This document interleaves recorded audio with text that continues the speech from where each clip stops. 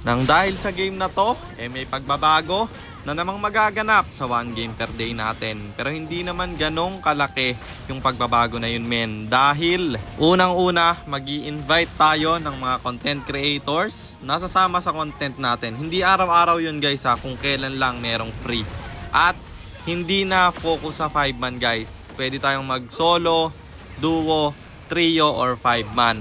Pero 1 game per day pa rin. Natanggol natin. Syempre, mahigitan pa rin yung 107 wins streak ko, men.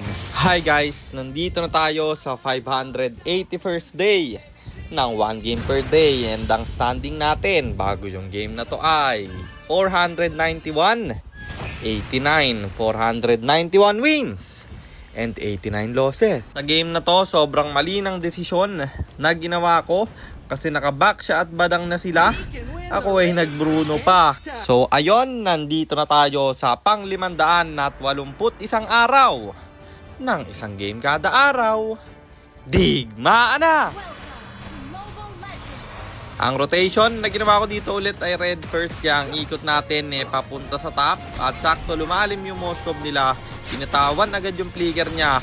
Tapos yung Selena dito na bait kami. Nakabang pala backshot Kisan Shinpre. Dalawa kaming babagsak doon at nakalamang agad sila.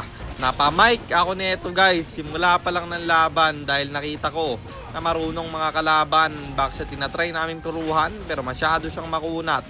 Kisan Shin dash in. Matilda ay babagsak. Ultimate aking bibitawan at mapapatay rin namin yung jungler nila. At least nakakabawi kami kahit konti. At dito yung turtle amin ang ibe-burst kaso tumayo sa damo yung isa. At hinayaan lang nila na ako'y ma-zone out ng badang. Ako doon ay nabigyan. Isipin nyo, 5 kami doon guys. Nakuha pa nung dalawang walang retry.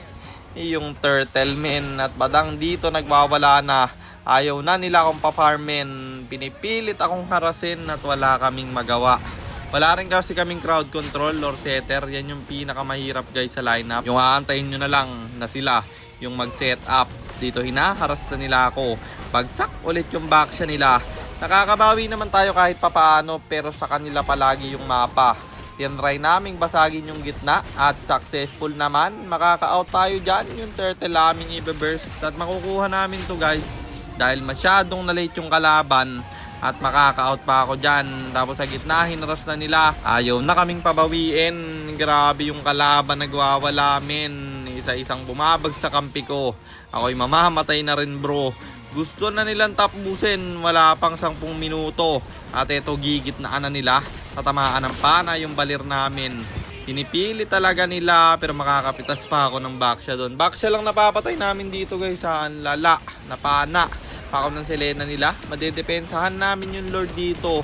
Pero tuloy-tuloy pa rin aggression nila. Mapapatay ako ng Moskov guys. Grabe yung damage niya.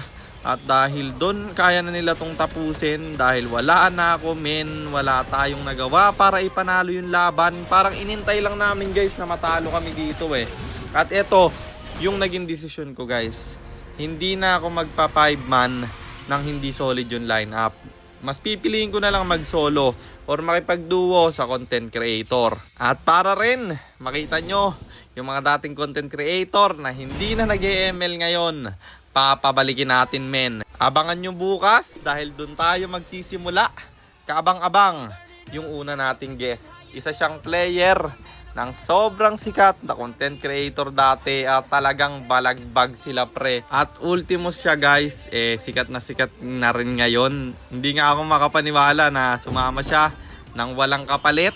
Ganun kababait yung mga content creator sa MLBB. At yun lang, sana meron kayo natutunan sa content natin na to.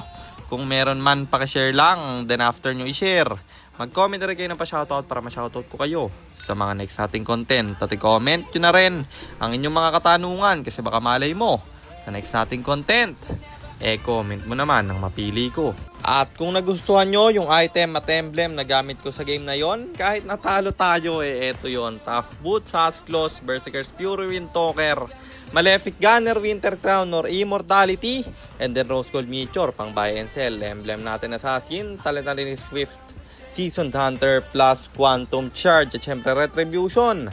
Kasi jungle tayo doon. At para naman sa mga gustong magpapilot ng ML accounts, mag-PM lang kayo, nagre-reply ako. At syempre, may bayad yon. Kahit hanggang anong rank pwede nyo ipapilot, kahit anong hero. Pwede nyo ipaspam basta may additional payment pag magpapaspam kayo ng hero. At yun lang guys, sana nag-enjoy kayo sa content natin na to. At shoutout sa iyo Mark, Mika A. Rodriguez, kay Rogen Monta at kay Tampos Rockwell. Maraming salamat sa inyong suporta. Ingat kayo palagi. God bless. Paalam!